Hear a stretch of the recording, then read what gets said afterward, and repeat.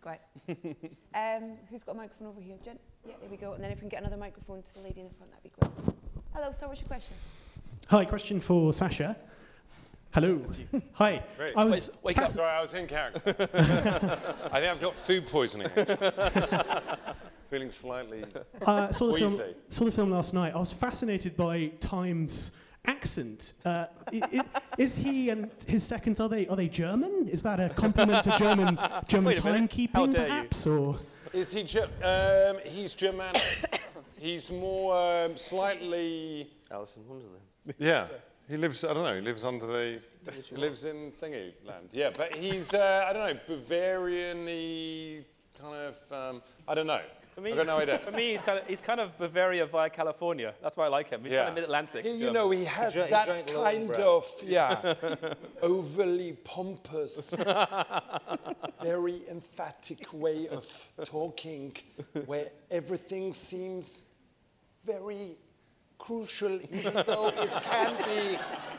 though it can be complete nonsense. I thought you based it on Jean-Claude Van Damme. Yes. That was That's me. the way I'd heard it. That was me. Oh, okay, that's right. I based the Hatter on Two characters. Who's got a mic from the front there, please? If we can get another microphone. I have a question for Johnny. I'm Monica from London, by the way. I think, sorry, just to finish, I think the guy is Swiss. I thought he was Swiss, because, you know, Swiss Are you telling me what my bloody character was? Yeah, well, I tell you what, I think you don't sound like you're from London. No, I'm Italian. All right, okay. I think he was Swiss-German. Swiss-German, Swiss-German. Swiss-German sometimes, It's true. Yeah. I'm Italian from London. Okay, sure. And your question is? And the question is, we get to see the Mad Hatter as a little boy, very sweet and creative, with that creative flair. But he's still like a normal boy. But then we left wanting to know more about the Mad Hatter. Maybe, you know, what can you tell us about how did he get mad? And maybe, is there going to be a film about like a sort of prequel or standalone Mad Hatter film? Well, Harvey Weinstein made him mad once. Disney made him mad a couple of times. Something in the made him mad? backstory? Well, actually, the thing with the Hatters back in the 19th century was that when they're doing a beaver pelt top hat, the glue, all the glue that they used to put the pelt and all to dress it up, it was rife with mercury, and so it ended up at that time. I mean, you know, that Hatters actually, there was a thing. A lot Hatters started going a little, you know, sideways, and they figured out it was the mercury. So hence the sort of the, you know, the orange and the green and the, you know, he'd spent his entire life around it. But that's a true story. Yeah, Hatters used to go crazy because of the mercury. Yeah. And they weren't able to get Apple TV. Gentleman's got a microphone here. If you can get a mic over there as well, thanks. Yeah, hello. This is Marcus from Berlin. This is a question especially for me, but everybody is invited to answer it. There are several scientists who believe in time traveling, or that there are time levels. So how fascinated are you by this idea, and would you like to travel in the past or in the future, and what would you change? Probably all right, not traveling in time. It's not anything I really want to do again, I think. But yeah, I think it's, you know, I like what the film says about time, which is that, you know, it's very much about kind of accepting what's happened and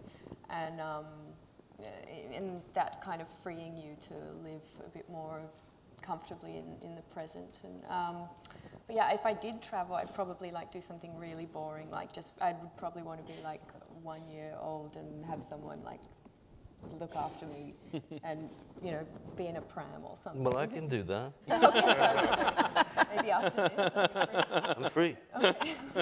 All right, I'll do that. Thank you. You don't need to time travel. Thank you for that question. Ask Johnny. I've got a question here from online, actually. It's for James and for Mia, which is, if you could choose 3 people, dead or alive, to invite to a Mad Hatter's tea party, who would be there and why? Well, if they're dead, it'd be no fun, would it? I mean, formally alive. Time travel, you could bring them back first, then, yeah. English speaking or non-English speaking, because that's also a big thing. I don't know. I don't know. 3. 3's hard. I don't know. Oscar Wilde. Yeah. He's got a good one. Charles Dickens. Yeah. Also very good. It's quite a highbrow. Yeah, I know, it's very highbrow chat. You can't get someone slightly more low. And Charlie Chaplin. Nice. There you go. There you go. Mia, have you got 3? Yeah. I would choose Patti Smith and Mary Shelley and Amy Winehouse. Oh, very good. Amy Winehouse. Yeah, I like that. Okay, who's got microphone? Be over here, microphone there. Hello. Yeah, go for it, and then we'll get. I have a question for Mr. Bobin and Mr. Burton. If you could tell us a little bit more about how you collaborated, because you're returning to this universe that was so distinctively created for the first time for the movies by Mr. Burton. Well, from my point of view, it was from the very outset. I remember going to see Tim in Vancouver to talk about making the movie, and he gave me a warning saying how hard it was. And did I listen? No, I'm still here today. But his amazing advice initially was don't shoot on green because it sends you completely crazy. So I didn't do that. I shot on blue. That was incredibly helpful. And then from that day onwards, he created such a beautiful world in the first movie. I felt very much we had to create this one within the parameters of that world. So, you know, in terms of like character design and location design, it was very helpful. And then, of course, script stuff. And then, actually, obviously, Tim lives in London. So he shot here in London too, which was very helpful. So he was around for that. So no, it was incredibly helpful for me because it's like, you know, it's his world. So I was just very pleased to be able to draw on his experience of it.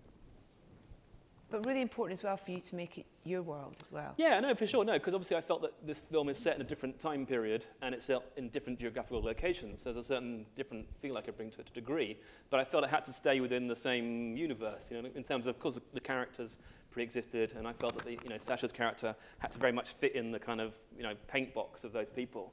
And so that's why we went with a sort of, I always think about silhouettes in character design. His silhouette is very striking, gigantic shoulder pads, and it's like, for me, it's like he designed it, because he's a show-off. And so therefore he wanted to impress people. My character. So his character, not so.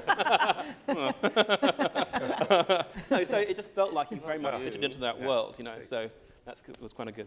There's the scene with, which is the tea party that time is at as well, is fantastic, where all the characters are just ripping the... Oh, yeah. Yes, every time pun possible. Such a great scene. Was that fully scripted, or was it, how was that kind of done? Some of it. These guys like talking, you may have noticed, especially together.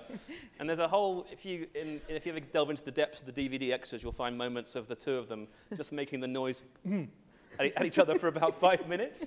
Which is I think we did do one improv take during that lasted so long, and the studio was so hot. Yeah, it's because very it's blue screen, so it's just lights. Filled with lights. I think the camera melted. Yeah, basically the camera broke down. That's how long the improv take was. The camera broke down. They broke the camera. Which was probably about half an hour or something. Yeah, it was a long time. It was probably about 30 minutes of James just let Sacha and I...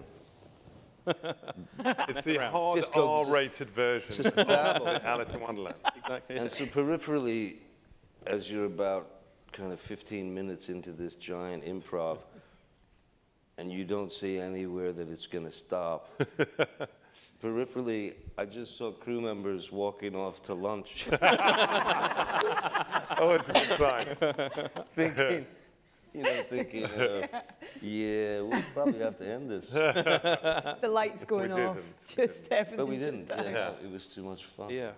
Ladies and gentlemen, you're watching Hey You Guys! Hey You Guys, huh? Hey You Guys. Is that from the Goonies? It is indeed, yes. Nice. Hey